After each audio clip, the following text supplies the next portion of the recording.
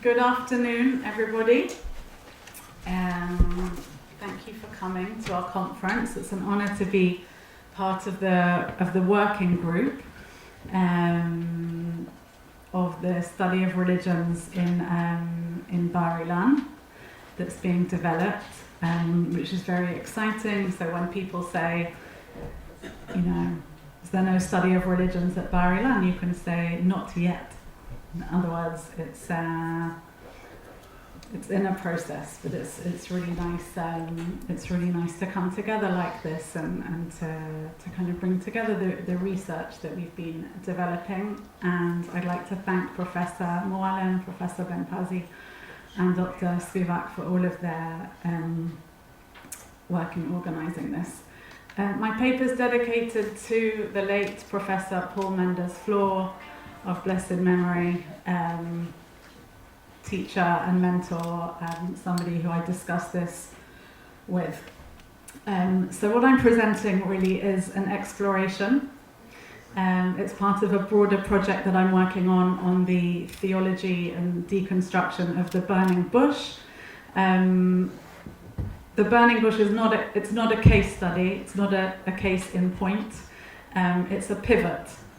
So it has kind of specific theological features that are going to allow for kind of exploration in different avenues. I'm putting quite a few things here because we're in the afternoon slot. I'm not going to read everything out, but you can have a little bit of rahmanut on everybody.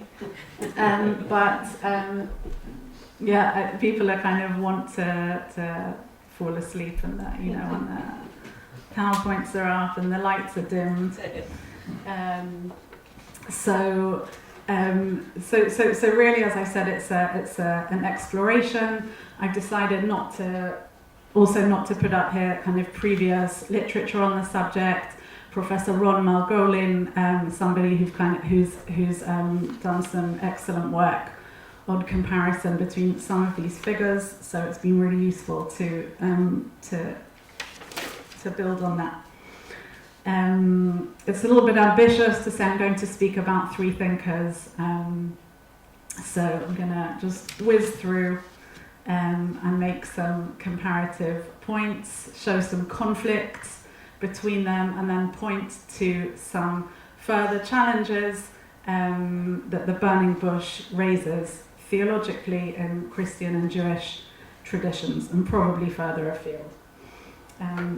So the first thing we can do really is to consider the prominence of the image of the burning bush as metaphor in Jewish and Christian traditions. You can see a ceiling fresco of the Vatican features the burning bush, and the Church of the Transfiguration on Har Tabor that also features the image of the burning bush. More to say about each of those images along the way.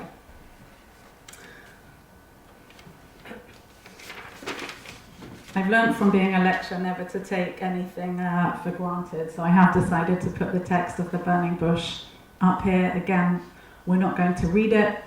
We're not going to read it together, but it's really to allow us to consider the text of the burning bush in a new light, perhaps, and to look at some of the different theological issues that arise. And my particular perspective is that the continental philosophical tradition, but also the study of religions, and some of the main themes that I've identified are here. And I'd also add to that really the idea of naming. So oppression and the persecution of the Egyptians, Moses and the subjective experience, holiness, holy time and sacred space, the meaning of testimony, the mosaic figure, presence, revelation of God, the model of personal revelation as opposed to collective revelation, themes of hiddenness and concealment, both divine and human,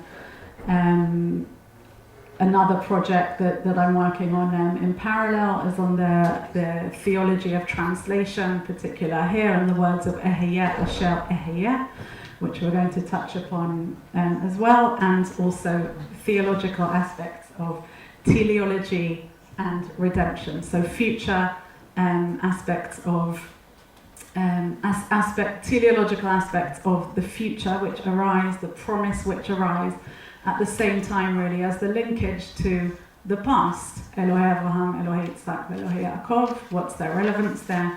So there's really a kind of phenomenology of time that plays through in the sequence of the burning bush as well. And of course a lot of the subjects we're going to leave to the Bible department, and we can just talk about theology.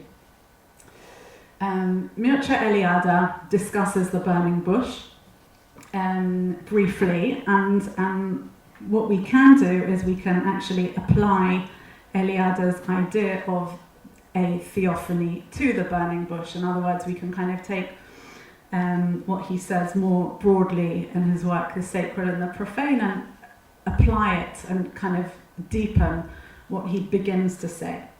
The manifestation of the sacred ontologically founds the world in the homogeneous and infinite expanse in which no point of reference is possible and hence no orientation can be established. The hierophany reveals an absolute fixed point, a center. Okay, there is a part of the stasis of the burning bush, or the staticness of the burning bush, which Eliade is not willing to give up on. He very much retains the idea of being and existence, as opposed to the deconstructionists or later philosophers who tried to kind of break down the idea of being. And really he explores two main dimensions of sacred and the profane, and essentially the kind of the human continual move and transferal between the different states of the sacred and the profane. He explores, in addition, certain elements of nature, the Mother Earth as kind of giving way to the burning bush. I would add to that also that there's an aspect of nature that should be taken into account, the holy ground. What does it mean to stand on holy ground?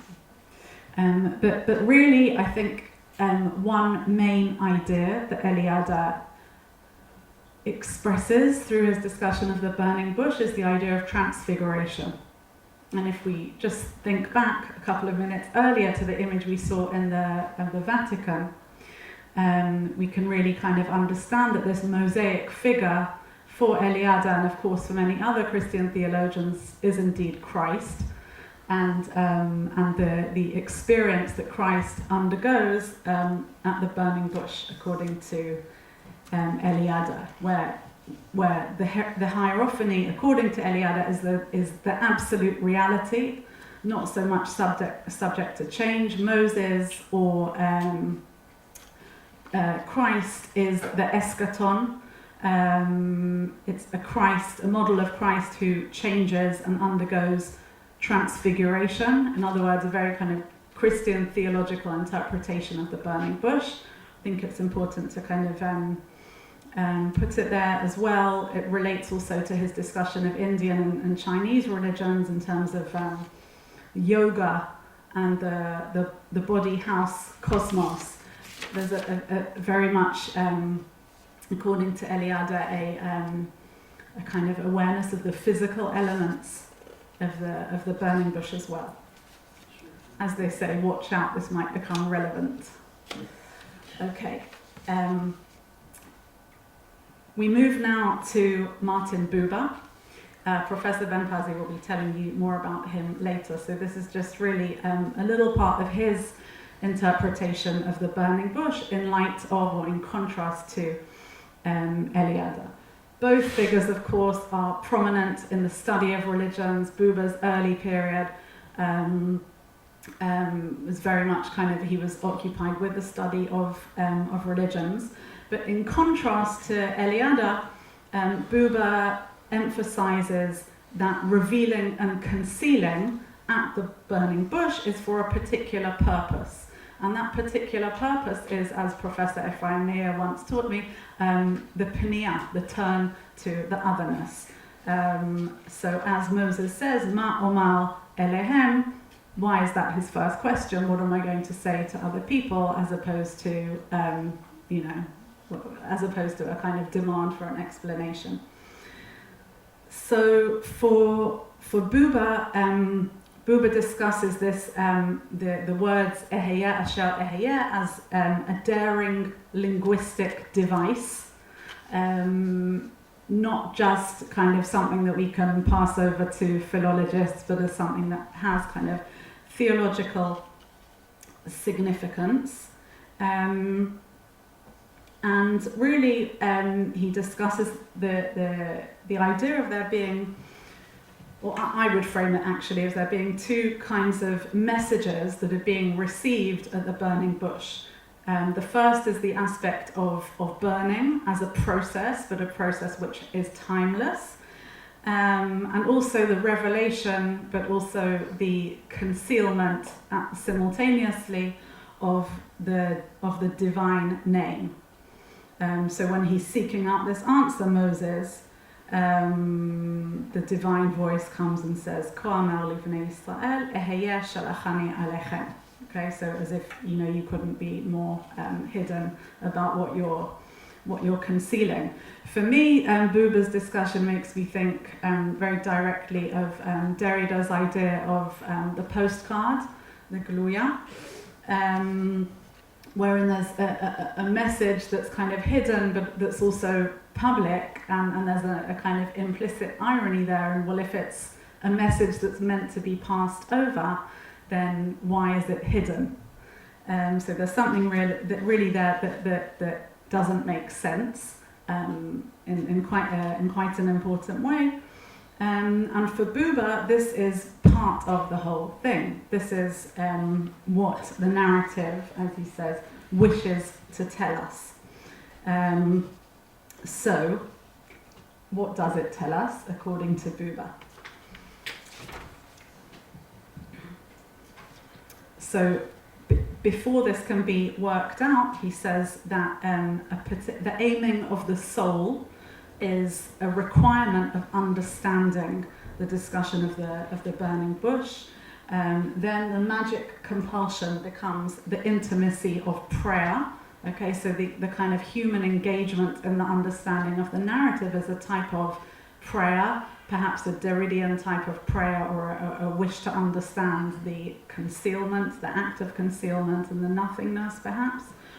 A bundle of utilizable forces bearing a personal name, which becomes a vow.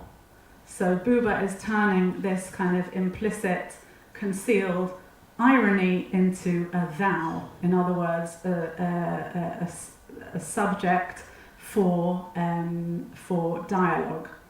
Okay, so he's really talking about the role of the narrative as being something that is meant to place one, or perhaps it even just forces one or commands one into a place of dialogue. He goes even so far as to say that if we are not prepared to understand it as a dialogue, in other words, if this daring linguistic device is not taken seriously enough, then we are blamed as avoiding the question. In other words, we're just completely misreading the whole passage as a statement which withholds any information. So that the nothingness really, or the implicit irony and concealment, is something which needs to be revealed, not in the way of Eliade, not in a way of kind of moving backwards and forwards, but rather being thrust into a relation. And for, of course, Buber, that's the I thou. Okay, and one of the main ways that he kind of draws on this is of course through the translation of the words ehyeh asher ehyeh. Buber was involved in a translation of the Bible with Franz Rosenzweig. They have a joint work where they discuss several aspects of translation. I've explored it elsewhere, but it's I've just put it here for you. So they kind of deliberate between different explanations, and you can see the kind of the discussion itself as a kind of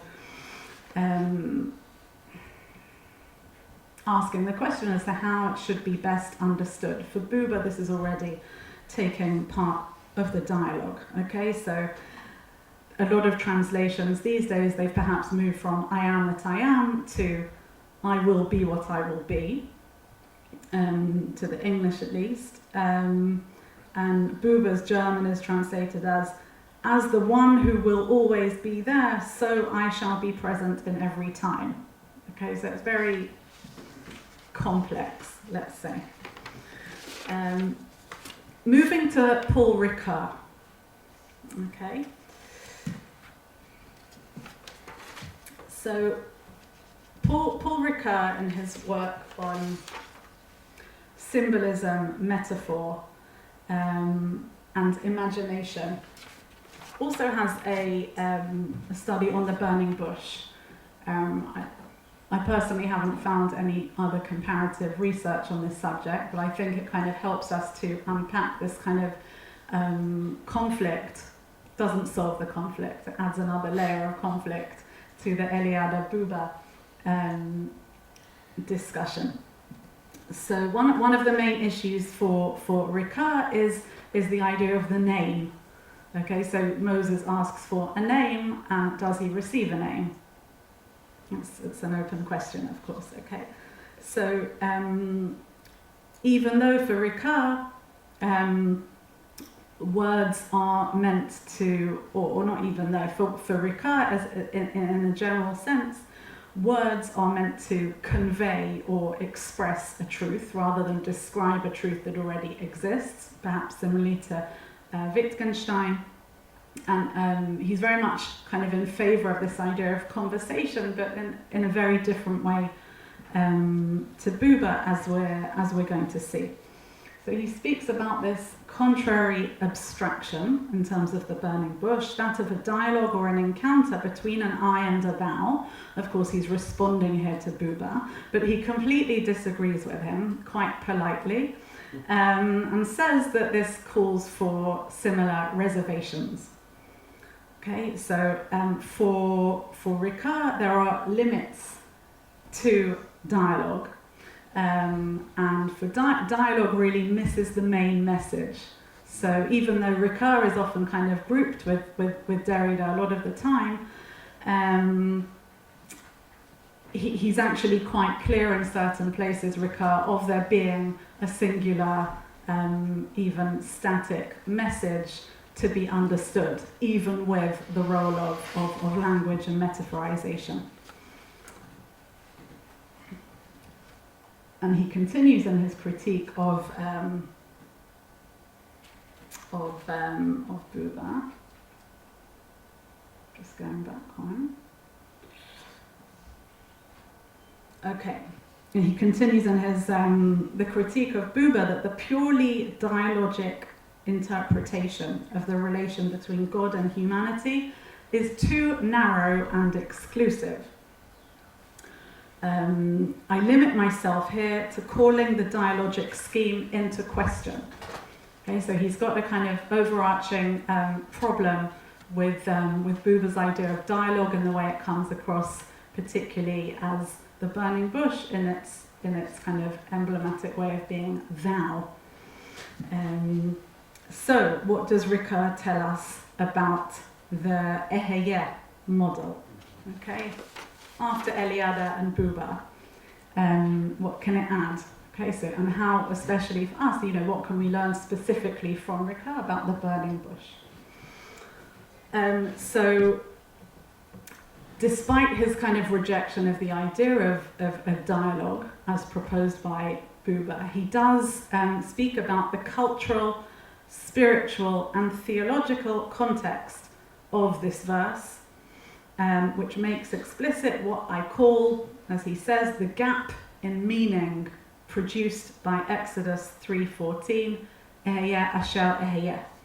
There's a gap in meaning, and for Ricoeur and Derrida and others, the whole kind of I don't know whether to call it the whole hermeneutic phenomenological project is to fill that gap, which of course is an endless, infinite gap which cannot be filled, and that's kind of the whole irony of it. But the admittance that there is a gap is very reminiscent of Eliade, who had said that this is a daring linguistic device which is meant to have theological permutations. So what does Ricoeur say about the Eheya Asher Eheya? He distinctly to Eliade and Buber is in favour, as we mentioned, of this kind of, I would say, in opposition to Derrida, this idea of stasis or being. Even with Ricoeur's hermeneutical turn, he retains the idea of a being, of a divine being. Again, I think this is really related to the model of Christ and the transfiguration and the idea of being. So he asks, can we translate Exodus 3:14 without making any recourse to the verb being, even setting aside any thought about the polysemy of this verb, even when augmented by its Hebrew usage? As we've said, I do not think so. The gap in meaning does force us to think in another way about the verb being. Okay, so he's kind of open to some kind of transformation, but it does not force us to eliminate it from our translation. And in this way, he retains the idea of transfiguration.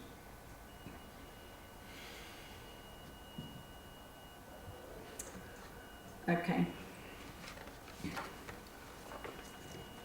So, I would say that Buber, perhaps similarly to Eliade and Ricoeur, he presents a, contradistinctively, you're meant to correct me, in direct contradistinction to Eliade and Ricoeur, Buber posits this idea of a direct dialogue, the I-thou at the burning bush, between Moses and God, which he terms specifically in his work Moses, the duologue. The burning bush for Buber serves as the setting for the I-thou relationship between human and divine. The aspect of the kind of individual versus collective is really interesting here. That's for another time. The revelation at the burning bush for Buber was a genuine meeting place, with some significance actually given to the role of place. That's also a subject for to look into via Rosenzweig. And for Eliade, the experiences of a sacred object or sacred nature, here I can say the holy ground, and the phenomenon which reveals itself ironically through concealment.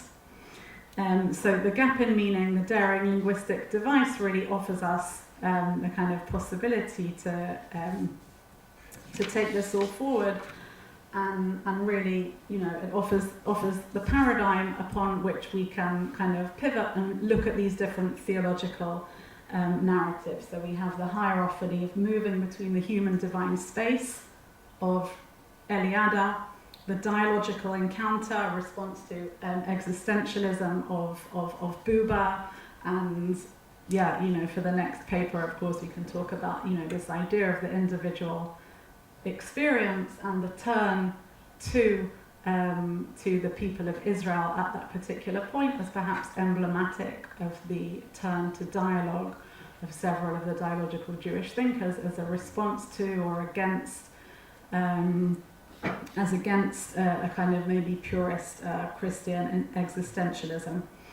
And the hermeneutical gap and the thrust, I would say, kind of against what we might have expected from Paul Ricoeur, places us into kind of both a hermeneutical mindset, I would say, but also one which doesn't escape this idea of being. So the plan really is to continue with further theological explorations of this. There are also, you know, a lot of interreligious dynamics here at play, which we've only touched upon, but perhaps I've convinced you that that we can pivot on the burning bush and use it and take it forward as a way to look at different contemporary theological perspectives. Thank you.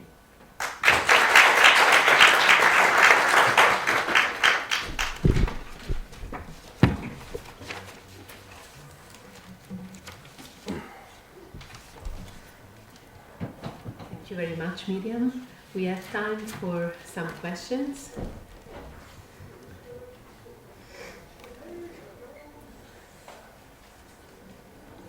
Please. It was tremendously interesting. And could you expand Ricoeur's critique of Buber as interpretation as something that happens in communities? That's tremendously interesting. Is this something that he, I mean, you know, Ricoeur, the idea of interpretive community, of course, is taking shape in Ricoeur's years. And just this, I don't know, it's just fascinating to me, like, you know, to what extent is Buber, like, catalyzing, just to see, you could almost, like, even in the brief passage that you brought, there was almost like a kind of, like, high level of, like, irritation with, like, no, not everything is dialogic, Martin. You know, some things are just text there, and also we interpret them together, and I'd never, again, maybe Ron Margolin would know more about this than I or anyone else here, but does anyone else critique? It's just fascinating to me, a critique of Buber as, you know, interpretation happens in communities. And there's there's the third, there's the other person. Could you say more about that, or how you responded to that? Or yeah, sure. So firstly, well done for spotting that part of the quote that I didn't read out in Ricoeur, because I really focused on his, you know, I tried to kind of draw attention to his critique of Buber, but of course he also, you know, at the same time he does very much rest on this idea of the community of interpreters, you know, with the post-structuralist discourse, you know, of course you're going to have this continued understanding that any understanding we have of texts is through the kind of preconditioning of, you know, or us being part of social and cultural constructs, and therefore understanding texts in a certain way. So the text there might be the kind of the third, and that's how I would answer the question. I think Buber was perhaps paving the way for that kind of hermeneutical turn. We know how much he was influenced with Rosenzweig, and, you know, I guess another answer to your question could be kind of through looking at the Bible interpretation and the way they interpreted some sections, but I think it's really kind of in light of Rosenzweig, Levinas, that kind of idea of the hermeneutics and the role of the reader opens up, and then of course, you know, later with Cixous and Derrida becomes, I mean, they would really kind of, that when I say destroy, you know, in the kind of creative deconstructionist sense, the idea that there might be some kind of stasis in the text, as Ricoeur said, is it's impossible. Because of course when you have a community, you have that kind of built-in, integrated diversity, although only to an extent, of course, because people will think and interpret according to certain contours. I guess just thought there's a way of saying, though, that it doesn't, you could talk about interpretive community and sit against Buber, but in a way that isn't necessarily deconstructive. Like, meaning is something that people forge together. That seems like how suspicious you want to be about interpretive. If meaning is something that people forge together, then you'd probably be on the limits of sociology, I would say. I think, you know, one would need to kind of consider, you know, what meaning is and how people kind of come to understandings, or, you know, what would have been said in earlier modern times, or knowledge of meaning. What are the access points? So, you know, it can be the dialogue, it can be the hermeneutical role. For the metaphysicists, it was, you know, the logical thinking. So, you know, there've been all of these this kind of different array of philosophical and theological ways to approach it. Please. Thank you very much, Miriam, for your beautiful comparative lecture. I have an historical remark, and you are surely conscious of that. In 1923, in Igondo, there is not yet the translation of I will be there as the one I will be there. That only appears in the second edition of I and Thou, which is in 1937. And in that sense, when he brings this interpretation of Ehyeh, Asher Ehyeh, he brings his entire dialogical philosophy, because it's as you rightly pointed out, it's anti-magical. If you define magic as a kind of childish relation to the divine. So it's anti-magic, and it works with the presence. Presence, which is an integral part of the dialogue. I just wanted to point that out, that only when he translated Ehyeh, Asher Ehyeh with Rosenzweig, which starts from 1925, as you know, he could take into account this interpretation, dialogical interpretation of Ehyeh, Asher Ehyeh, which he then brought not in his 23 edition, but in the 37 edition. So what do you think would have influenced him to change his translation? Well, I think because they were both dialogical thinkers, and of course Buber's interest was in making present, in being present and making present, meaning sometimes somebody is not present, but he could be made present in the dialogue, and that's exactly what's happening. Meaning, when the Almighty God answers Ehyeh, Asher Ehyeh, he wants to say, you can't bring a claim upon me. I will be there. I will be present for you, but in the way I chose. Meaning, don't have this magical way of approaching me. Make it really dialogical. Make it really. I will be always present in the way I will be present, and please be present for me. So it is an entire dialogical thought which was shared by Buber and Rosenzweig, that Buber brought this interpretation of Ehyeh in the 1937 edition. Thank you. Thank you.